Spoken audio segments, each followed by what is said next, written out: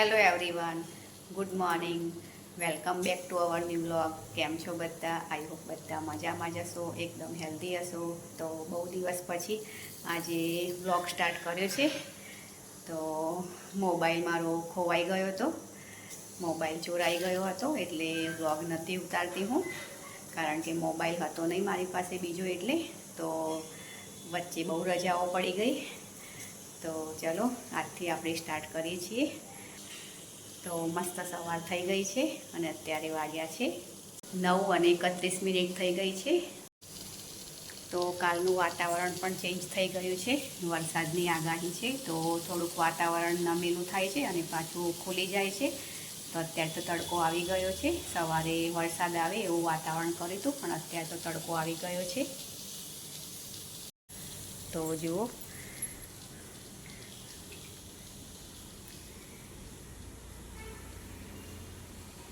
દૂધ નાસ્તો કરી લીધો, વાસણ ધોઈ લીધા છે. અહીંયા માટલી ભરવી છે, તો ધોઈને ઊંધી પાડી છે માટલી. રોટલીનો આટો બાંધવો છે, તો આટો બાંધી લઈએ. અને કુકરમાં મૂક્યા છે ભાત અને ગવાર. તો ગવારનું શાક બનાવવાનું છે. અહીંયા મેં મૂકી છે આ બદામ. તો દૂધ મેળવવું છે. અહીંયા મેં થોડું ગરમ દૂધ કરી લીધું છે. તો આ બદામ કોરી પડે એટલે હું દૂધમાં નાખી દઈશ, તો મસ્ત મેળવણ વગર દહીં મળી જાય છે. અહીંયા બનાવી છે મેં રસની કઢી ભાતમાં ખાવા માટે, અને રસ કાઢ્યો છે. તો ચલો હવે રોટલીનો આટો બાંધી લઉં અને બીજા વાસણ છે એ પછી ધોઈ લઉં. હા તો ફ્રેન્ડ્સ, ગવાર બફાઈ ગયો છે. તો ગવારનું શાક હવે વઘારી લઉં, અને ભાત પણ થઈ ગયા છે. અહીંયા તો તેલ મૂક્યું છે. તો હવે ગવારનું શાક ફટાફટ વઘારી લઉં, અને રોટલી પણ કરી લીધી છે. હા તો ફ્રેન્ડ્સ, રસોઈ બની ગઈ છે. તો આજનું અમારું મેનુ છે ગવારનું શાક, રસ, રસની કઢી, ભાત, રોટલી.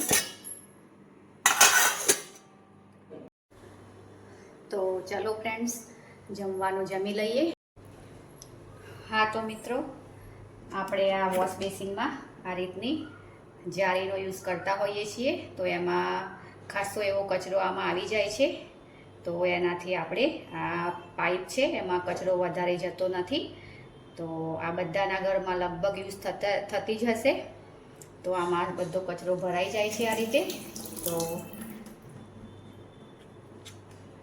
આ રીતે કચરો આપણે પછી આમાં કોથળીમાં નાખી દઈએ. આ કાણાવાળી જાળી છે એ ગંદી થઈ જતી હોય છે, તો આને હું રોજ ઘસું છું, પણ ચોખ્ખી થતી જ નથી. આ રીતે ડાઘા પડી ગયા હોય છે. આજે આપણે આને બિલકુલ ઘસ્યા વગર એકદમ સરસ ચોખ્ખી કરવાની છે. તો એકદમ વ્હાઈટ કરવાની છે, જાણે કે નવી જ હોય એવી થઈ જશે. તો એના માટે આપણે લઈશું બ્લીચિંગ. તો આમાં મેં ભર્યું છે બ્લીચિંગ. તો થોડુંક બ્લીચિંગ લઈ લઈશું આપણે. કોઈ પણ જૂની ડોલ હોય કે કોઈ વાસણ હોય એમાં લઈ લેવાનું. તો આ મારી પાસે જૂની ડોલ છે, તો એમાં થોડું બ્લીચિંગ લઈ લઉં છું હું.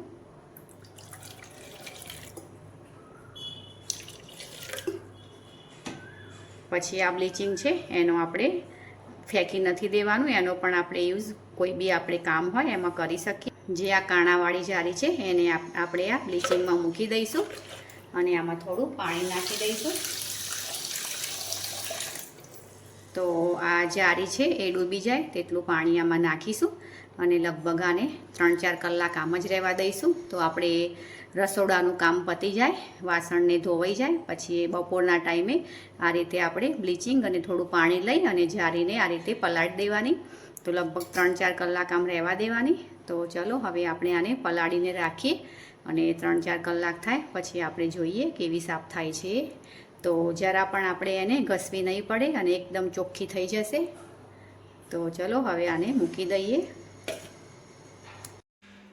હા તો ગાઈસ, હવે 5 વાગવા આવ્યા છે, અને 2 વાગ્યા જેવી મેં આપણે પ્લાસ્ટિકને જે આ વોશ બેસિનમાં આપણે જાળી લગાવીએ છીએ એ બ્લીચિંગ અને પાણી નાખી અને પલાળી હતી.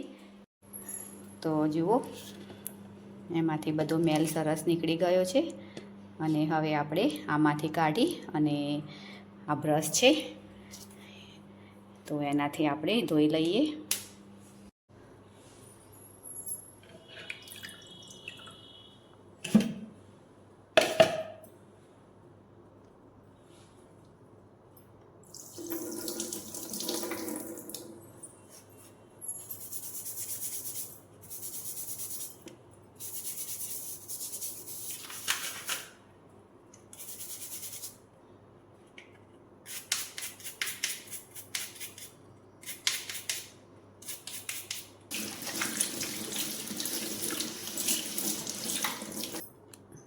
હા તો ફ્રેન્ડ્સ જુઓ પાણી કેટલું ગંદુ નીકળ્યું છે કચરાવાળું.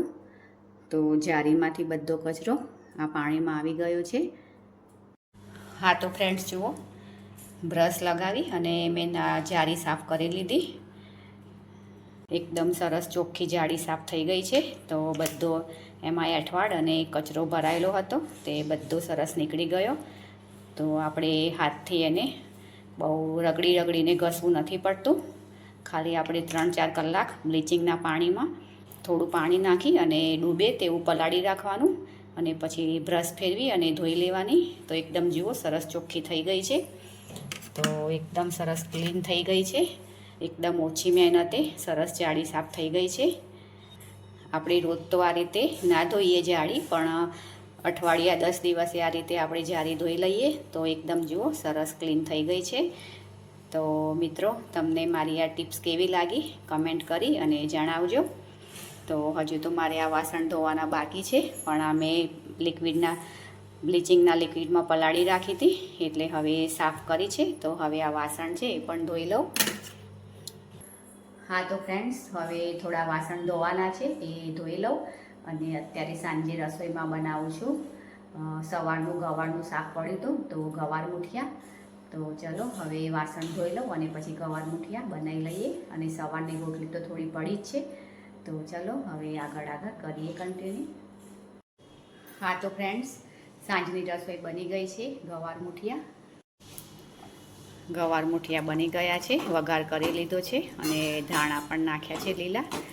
તો મસ્ત ગવાર મુઠિયા બની ગયા છે. તો ચલો હવે પાપડ એક શેકવો છે તો પાપડ શેકી લઈએ. તો ચલો ગાઈસ હવે જમવાનું જમી લઈએ. તો આજનો વિડીયો આપણે અહીંયા જ એન્ડ કરીશું. કાલે મળીશું. Okay friends, bye bye.